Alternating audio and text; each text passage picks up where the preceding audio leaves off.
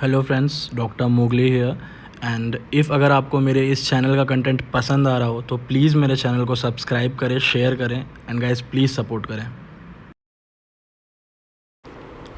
Okay so मैं एक ऐसे रेस्क्यू साइट पे था जहाँ पर एक बेबी कोबरा इस गमले के नीचे छुपा हुआ था। अब इस सिचुएशन में हमें किसी भी ऑब्जेक्ट को बहुत सोच समझ कर उठाना पड़ता है, क्योंकि हम उसे एक जगह से दूसरे जगह खींच नहीं सकते, क्योंकि अगर सांप उसके नीचे फंसा हुआ तो खींचने के दौरान उस सांप को बहुत सारी इंजरीज़ आ सकती हैं, जो कि उसके लिए बहुत ज़्यादा जानलेवा हो सकती है। फाइनली गमले को साइड करने के बाद मुझे वो सांप दिख गया, जो कि एक बेबी कोबरा ही था, और वो उस ब्रिक के मतलब ईंटे के नीचे छुपा हुआ था। तो मैंने उस जगह को अच्छे से साफ़ किया, मतलब उस जगह को पूरा स्पेशियस बनाया ताकि मैं उस स्नेक को प्रॉपरली रेस्क्यू कर सकूं। अब इस बेबी कोबरा को रेस्क्यू करने के लिए मुझे बहुत ज़्यादा अटेंटिव रहना था, क्योंकि as compared to an adult cobra, जो जुवेनाइल फेज़ के बेबी कोबराज होते हैं वो क्या होते हैं, बहुत ज़्यादा एग्रेसिव होते हैं और बहुत ज़्यादा अटेंटिव होता है। उनका जो रिफ्लेक्स टाइम होता है वो बहुत ही कम रहता है और वो बहुत जल्दी बाइट कर सकते हैं। थोड़े से मेहनत के बाद ये बेबी कोबरा बाहर आ गया, और बाहर आते साथ ही इसने अपना जो डिफेंडिंग पोजीशन है वो ले लिया। लोगों का ये मानना रहता है कि जो बेबी कोबरा होते हैं वो बिल्कुल जहरीले नहीं होते हैं, तो ऐसा बिल्कुल नहीं है। कोबरा वयस्क हो या फिर जुवेनाइल फेज़ में हो, दोनों ही बहुत ज़्यादा जहरीले होते हैं और इनके बाइट से किसी भी इंसान की जान जा सकती है।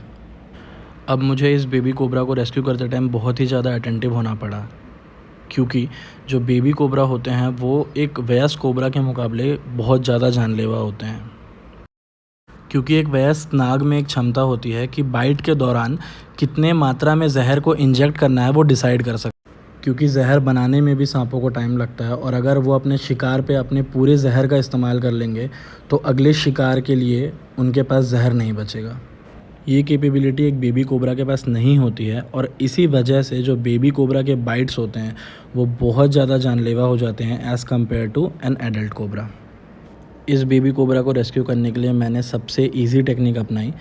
जो मेरे हाथ में आप देख सकते हैं एक चॉकलेट का डब्बा है, मैंने उसको उसके मुंह के पास रखा ताकि वो ऑटोमेटिकली अपने से ही उस डब्बे के अंदर चले जाएं, लेकिन वो सांप खुद से उस डब्बे के अंदर नहीं जा रहा था और वो वापस अंदर जाने लगा। तो फाइनली मुझे अपने हाथ से उस सांप को पकड़ना पड़ा ताकि वो वापस कहीं जाके घुस ना जाए, एंड देन मैंने उस सांप को उस डब्बे में डाल लिया। देन मैंने उस बॉटल के ओपनिंग को एक दीवार के सपोर्ट से ब्लॉक किया ताकि वो सांप उस बॉटल से वापस ना निकल पाए। बट जैसे कि मैंने आपको बताया था, जो बेबी कोबरा होता है इनका रिफ्लेक्स टाइम बहुत तेज़ होता है। ये सांप वापस उस जार से निकल चुका था।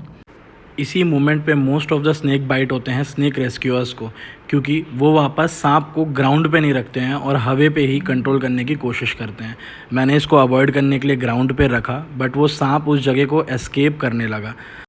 लास्टली मैंने उस सांप को पूंछ से पकड़ा, क्योंकि मैं नहीं चाहता था वो सांप कहीं और जाके घुस जाए और मुझे उसे निकालने में वापस मेहनत करनी पड़े। मेरा आप सभी से एक और रिक्वेस्ट है कि अगर आप किसी सांप के बारे में नहीं जानते हैं तो प्लीज़ उसे हैंडल करने की कोशिश ना करें, क्योंकि सांप का नेचर होता है बाइट करना, और अगर आप उसे छेड़ेंगे तो वो बाइट करेंगे। दैट्स वाई ऐसे सिचुएशन में फॉरेस्ट डिपार्टमेंट को कांटेक्ट करिए या फिर कोई नज़दीकी रेस्क्यूअर को।